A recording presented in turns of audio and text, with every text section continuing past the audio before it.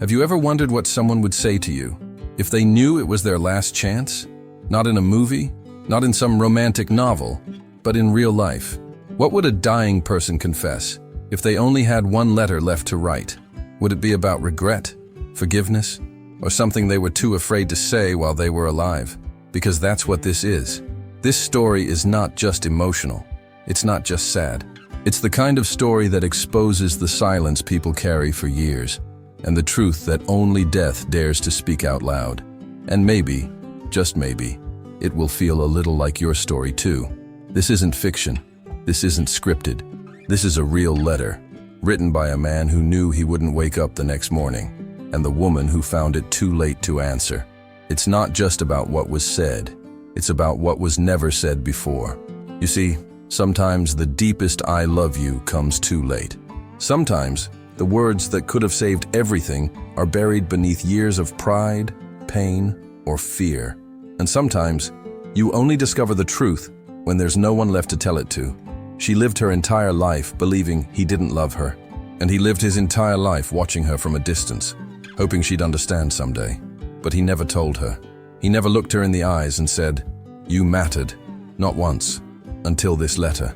If you've ever had someone walk away without explanation, if you've ever carried unanswered questions, if you've ever whispered, "I wish I had said something," into a pillow soaked in silence, then stay, because the letter you're about to hear might feel like it was written for you. It's filled with revelation, with the kind of words that shatter the silence, words that might just give you the closure you never got, the forgiveness you never received, or the truth you've always needed to hear. And it's more than just a letter. It's a final breath pressed into paper, a soul poured out in ink. It's what happens when someone realizes that death is coming and they no longer have time to hide. Inside this letter is a secret, one that changes everything she thought she knew, one that might just change the way you see your past. So don't skip, don't click away, let yourself feel, because in the next few minutes, you're going to witness a truth that arrived just seconds too late. But for you, it might still be right on time. She held the letter with trembling hands. The paper was worn, almost fragile, like the memory of a voice she hadn't heard in years. Her heart was racing, not out of fear, but from something deeper, a quiet hope that maybe this wasn't just a goodbye. Maybe it was the truth she had waited her whole life to hear. She read the first line. "If you're reading this, I didn't make it." And just like that, she broke, because those were the words she had imagined 1,000 times, but never out loud. Not in this way, not this final. He had been distant, silent, gone when she needed him most. Every unanswered birthday, every missed milestone. It had all built a wall in her chest she didn't even know how to tear down. But now, with this letter, he was tearing it down for her, line by line. He told her how much he had watched from afar, how many times he wanted to call, but didn't know what to say. How often he opened her pictures, crying silently in the dark. He told her he loved her, that he had always loved her, that he had never stopped. And even though he never said it in life, he wrote it in death. And somehow, that meant everything. She wept, because she wasn't just reading a letter. She was hearing a voice that had been silent for decades. She was receiving love she thought she'd never know. She was being seen. And if you're still here, still listening, maybe you need that too. Maybe you've lost someone without closure. Maybe you're holding pain that no one else sees. Maybe you've been waiting for your letter. Or maybe you need to write one. Whatever your story is, you are not alone.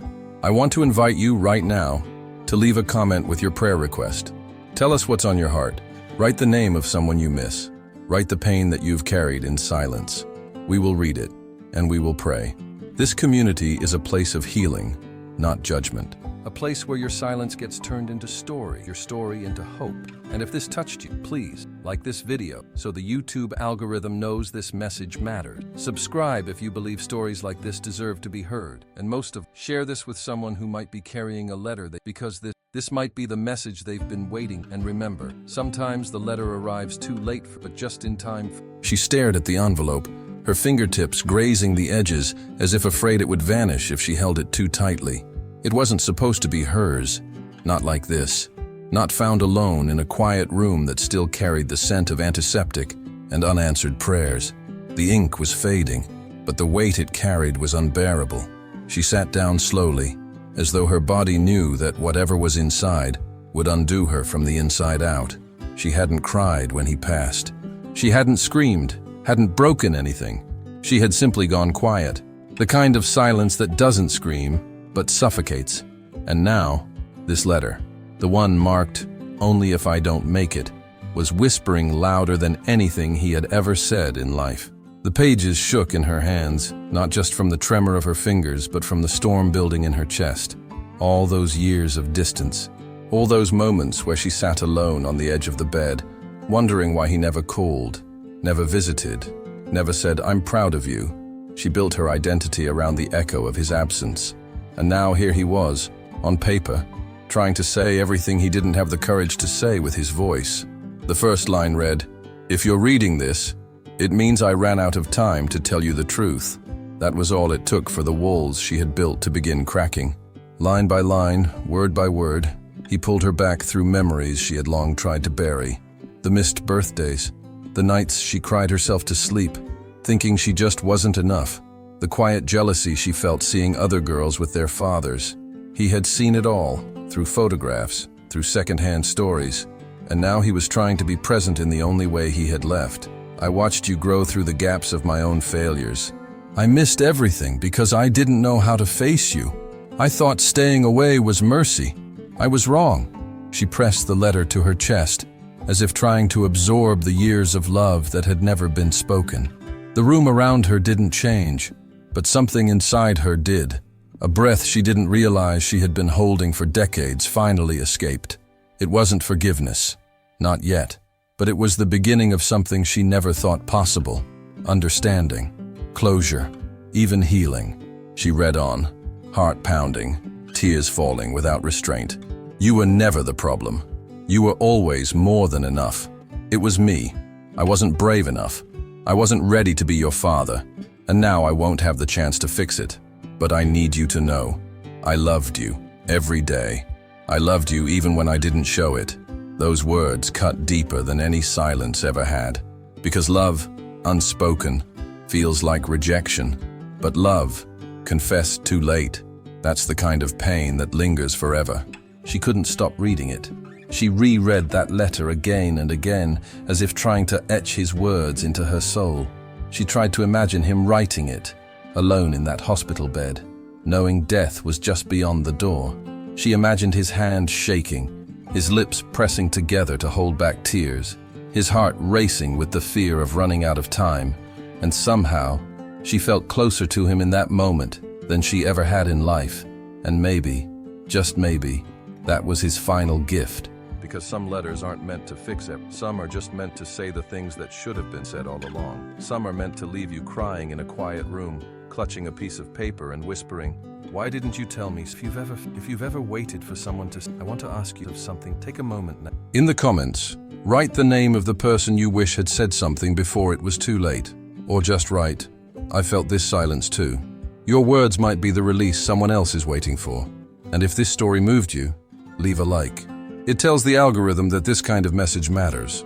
Subscribe, not just to follow a channel, but to be part of a space where silence is no longer the end. She didn't always feel this way. There was a time when she waited. Waited by the door on Friday nights, waited by the phone on her birthday, waited for a promise that always arrived dressed as disappointment. But a child's heart doesn't break all at once. It fractures slowly, under the weight of unanswered questions and unmet expectations. That was her childhood, a calendar full of maybes, a heart full of empty spaces where love should have lived. And every time he didn't show up, every time the silence came instead of his voice, she didn't just feel forgotten, she felt invisible. At first, she made excuses for him. Maybe he's busy, maybe he got stuck at work, maybe he forgot, but he'll remember next time. Because believing in him, even a little, still hurt less than believing he didn't love her at all. But as the years passed and the excuses ran out, she stopped asking, stopped expecting, stopped believing. She learned to smile through the ache, to clap for herself at school plays, to blow out her candles with a practiced wish that he might call. He never did. The absence became her normal, and over time that absence turned into armor. She built her identity on independence, on not needing anyone, especially him, especially the man who taught her, through every missed moment, that love was conditional, and she had failed whatever invisible test it took to earn his. When people asked about her dad, she would shrug. He's around, I guess. But inside, there was a girl who still stood at that window, waiting for a car that never pulled in. So when he got sick, she didn't rush to the hospital. She didn't cry. The news landed like a soft thud, not because she didn't care, but because she had already grieved him years ago. She had mourned his presence in her life long before death came knocking. Visiting him felt like reopening a wound she had spent a lifetime trying to numb. She went, eventually, but it wasn't out of love. It was out of duty, out of guilt, out of some faint echo of a little girl who still wanted to be chosen, even now. She didn't stay long. The machines beeped quietly. The air smelled sterile. He was unconscious when she walked in, thinner than she remembered, more fragile than she was ready for. She looked at him, and for a moment, she couldn't reconcile the man in the bed with the ghost who had haunted her childhood. She left without saying anything. What could she say to someone who had never once said, "I'm proud of you," and then the letter surfaced? She wasn't supposed to find it. It was tucked inside a book he used to read, one her mother had brought home with a few other personal items after the funeral. She almost didn't open it, almost threw it away, thinking it was just another receipt or scrap of junk paper. But something stopped her. Something whispered, "Read it." And when she did, the armor she had worn for years began to crack. It wasn't a long letter, just a single page, but it held more emotion, more love, more raw truth than anything he had ever said in person. It was a man's final attempt to reach a daughter he never truly held. And in that moment, she realized, maybe he didn't stay away because he didn't care. Maybe he stayed away because he was ashamed. Maybe his silence wasn't rejection, it was fear. She read it again and again. Every word carried the weight of years lost, of birthdays missed, of hugs never given. He wrote about watching her from a distance, about keeping her school photos in his drawer, about whispering prayers for her when he couldn't find the courage to call. He didn't ask for forgiveness. He didn't try to justify. He just told her, "You were never the problem." And suddenly, the girl who had buried her pain beneath sarcasm and strength was grieving the father she never really knew. Not just the man in the hospital bed, but the man she had longed for her whole life. The one who had, in his own broken way, loved her all along. She wasn't angry anymore. She was undone. If you've ever felt like love skipped over you, like someone who was supposed to protect you disappeared instead, then maybe you understand what she felt in that moment. Maybe you've carried your own questions through birthdays and holidays, through quiet nights and loud tears. Maybe you've had to learn to live without closure. And if so, I want to invite you to say something brave. Just type in the comments, "I'm still waiting for my letter," or tell us who you miss. Share your silence with us. Because in this space, we believe every unspoken word still matters. And maybe, just maybe, your story is only beginning.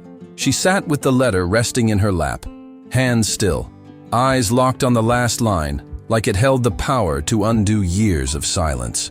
Everything she thought she knew about him, about herself, about what had been missing, was crumbling. Because in those carefully written words, she wasn't just reading a message from a man who had passed. She was being pulled into a confession, a revelation so raw, so intimate, it made the air feel heavier. And for the first time in her life, she wasn't hearing silence. She was hearing him. The letter was short, just one page, but it was enough to fracture everything. Enough to make her question the story she'd been telling herself since childhood, that he didn't love her, that he didn't want her, that his absence was proof of her unworthiness. But now, here was his voice, delayed, but undeniable, telling her the exact opposite. Not in person, not with a hug or a phone call, but in the only way he could, on paper, with the trembling truth of a man who had run out of time and couldn't let go, without finally saying what had stayed locked inside his heart for decades. "I didn't know how to be a father." Those words were the knife, but also the bandage. They sliced through the illusion she'd carried, but they also acknowledged the wound. Finally, he wasn't pretending. He wasn't making excuses. He was exposing himself. and somehow his brokenness gave her permission to feel hers, to stop pretending that she hadn't been shaped by his silence. "But I watched you grow from afar." She could see it now. The photos he had tucked away in drawers, the mentions of her name in conversations he never had with her, the birthdays he missed, but remembered in private. The pride he felt that never made it into a text or a call, but that now poured out of these pages like rain after a long drought. It didn't erase the pain, but it rewrote the narrative, and sometimes that's the beginning of healing. "I kept every photo your mother sent me." She had always imagined him tossing them aside, not caring, not noticing. But now she pictured him holding each one, studying her face, seeing the changes year after year, and wondering who she was becoming. She thought of how many times she had cried wishing he cared, and how many times he had cried wishing he knew how to show it. The symmetry of their pain. It was unbearable. "I was always proud." She read that line a dozen times, as if saying it out loud might make it more real. She had lived for years with a hole in her chest, shaped like his approval. She worked harder, loved louder, tried longer, all in the hope that maybe, somehow, it would echo back to him, that he would see. And now, here he was, saying that he did, always had. I was just too broken to say it. And maybe that was the most honest thing he had ever given her. His brokenness, admitted, owned, not projected, not denied. She had always thought his silence meant she wasn't lovable. But maybe it was never about her at all. Maybe he just didn't know how to love with open hands. Maybe his fear was louder than his affection. Maybe he didn't show up because he didn't believe he was worthy of being there. If you're reading this, I'm already gone. But I need you to know, I've always loved you. I just didn't know how to show it. She closed her eyes, and for the first time in a long time, she didn't feel angry. She felt seen, not fully healed, not finished, but seen. It was a strange kind of grief, mourning the father she never had while simultaneously meeting the man he had been underneath all the fear. He didn't get to hold her hand through life, but through this letter, he finally let her into his heart. And that mattered. That changed something. She folded the letter, held it to her chest, and let herself cry. Not just for the pain, but for the love that had finally found its way to her. Late, imperfect, but real. Because sometimes the apology comes in a whisper. Sometimes the truth arrives in ink and paper long after the person is gone. And sometimes, that's all you need to start breathing differently. If this feels like a piece of your story, if you've ever waited for words that never came, for a confession that only existed in your imagination, leave a comment below. This letter could have been mine. Or write the words you wish someone had said to you. Your story might unlock someone else's healing, and you deserve to be heard. She sat there long after the last word had been read, the folded letter still resting against her chest like a second heartbeat. The room was quiet, but inside her, something had shifted. It wasn't closure in the traditional sense. There were still questions, still moments she'd never get back, still birthdays and graduations that no letter could replace. But it was something deeper, something quieter, like peace whispering through a crack that had never opened before. She didn't get to say goodbye. She didn't get to stand beside him one last time to hold his hand and ask, why? She didn't get to hear him say those words aloud, to feel their weight in his voice, but in a way that mattered more than she ever expected. She got something even more rare. She got to be seen. She got the truth. And that truth changed the way she saw everything. She had spent her life believing she wasn't enough to be loved out loud, that maybe she was too complicated, too much, too invisible. But the letter told a different story, one where love was never absent, just unspoken, one where her father wasn't a villain, just a man with his own scars, his own fears, his own regrets. A man who failed not because he didn't care, but because he didn't know how to show it. And that distinction, as subtle as it was, cracked something open in her that had been closed for decades. For years, she carried silence like a second skin.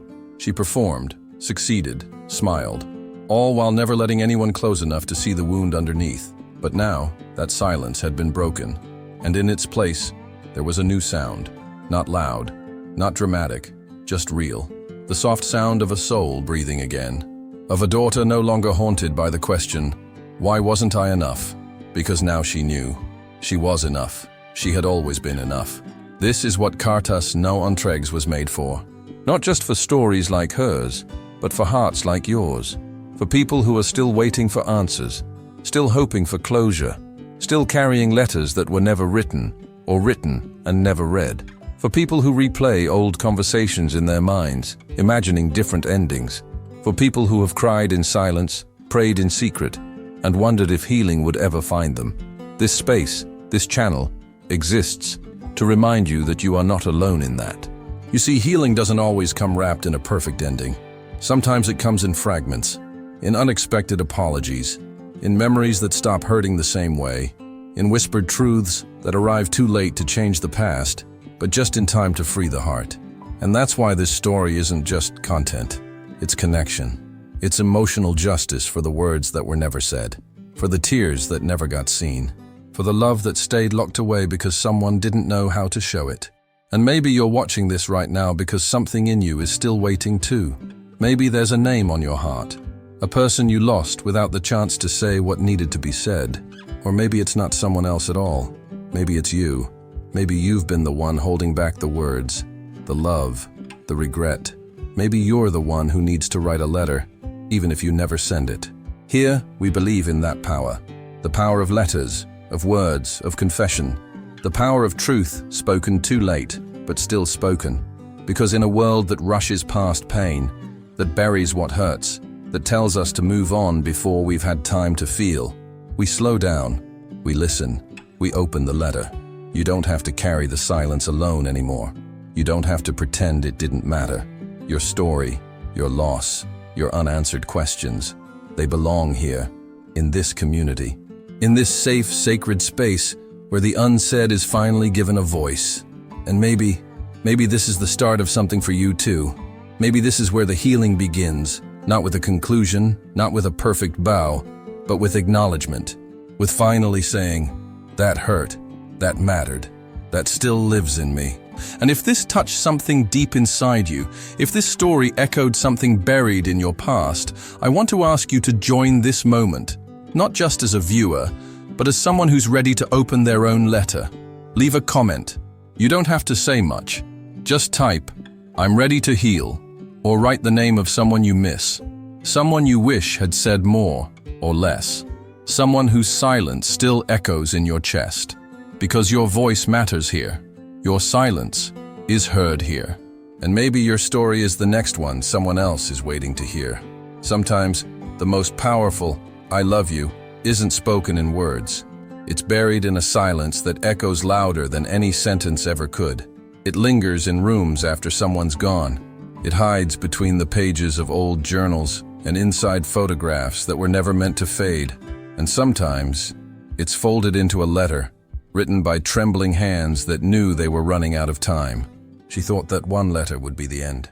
She thought that after reading her father's final words, after feeling the rush of emotions, after finally hearing the truth that had been kept from her for so long, she could begin to move forward.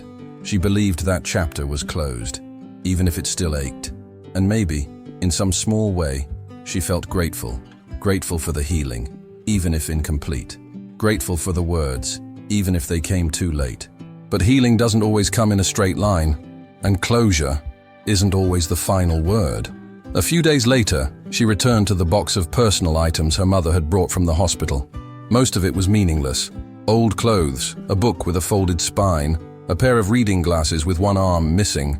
But there, at the very bottom, taped to the inside of a worn-out leather folder, was something else. Another envelope. Her breath caught. This one was newer, the handwriting steadier, the ink darker. It didn't say, "For my daughter." It didn't even have her name. It just said one word, "Read." Her fingers trembled as she opened it, already feeling the familiar weight of everything she hadn't been prepared to feel. She expected more from her father, a second confession, a final apology. But as her eyes scanned the opening lines, she froze. This wasn't from him. The tone was different, the language more poetic, more tender. And then she saw the signature, simple, small, and devastating. It was from her grandfather, a man she had only met twice in her life, a man her father had always avoided talking about. And suddenly, it all began to make sense. The silence, the fear, the inability to express love. Her father had inherited something, a generational ache, a wound passed down like a legacy neither of them had asked for. The letter unraveled it all. I see in you what I couldn't be for your father.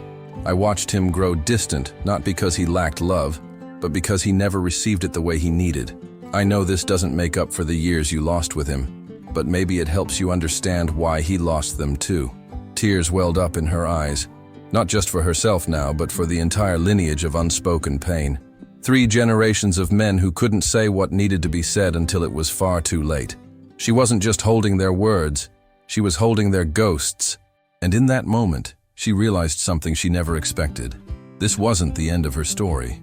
It was the beginning of understanding a much bigger one.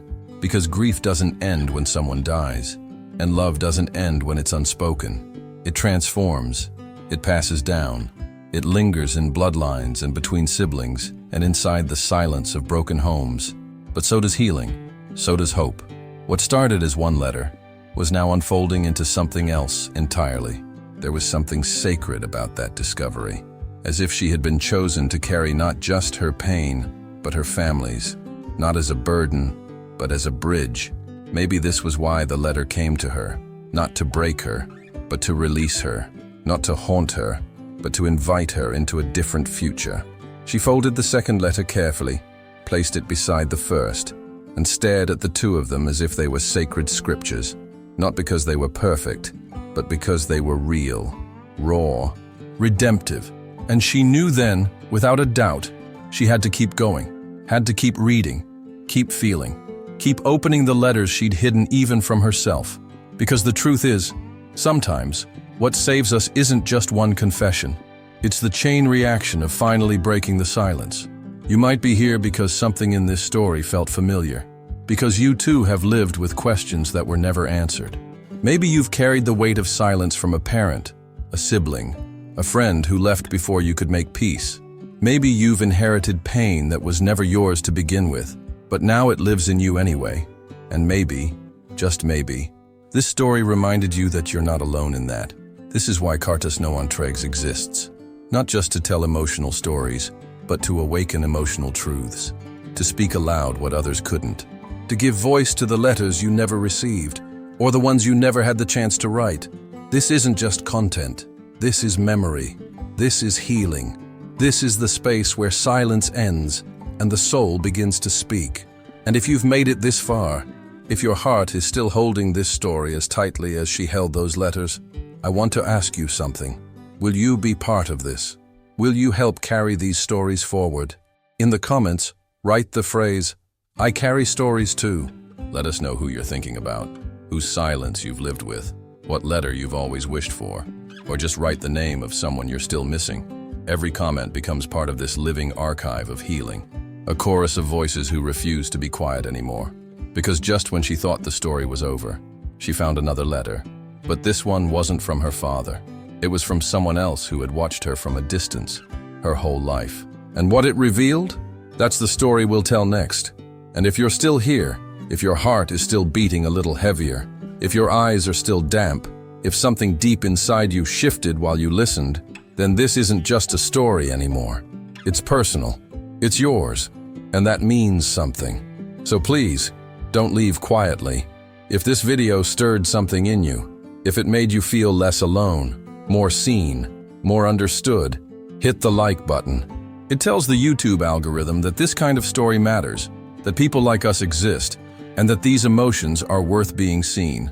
Subscribe to this channel right now, not just to follow a series, but to join a space where healing is honored, where silence is broken, where every untold story finally finds a voice. This is Cartas Não Entregues, and around here we don't just post videos, we carry hearts. If you've made it to the end, I want to ask you to do one more brave thing. Leave a comment below with the words, "I'm still healing." Let us know you're with us. Let us know this story reached you. You might not realize it, but your comment could be the exact moment of connection someone else is praying for tonight. And finally, don't stop here. Watch the next video that's already waiting for you. I spent my whole life thinking he didn't love me, until I read this. It's not just another story, it's the continuation of this emotional journey. Click it, watch it, let it find you, because your healing deserves a second chapter.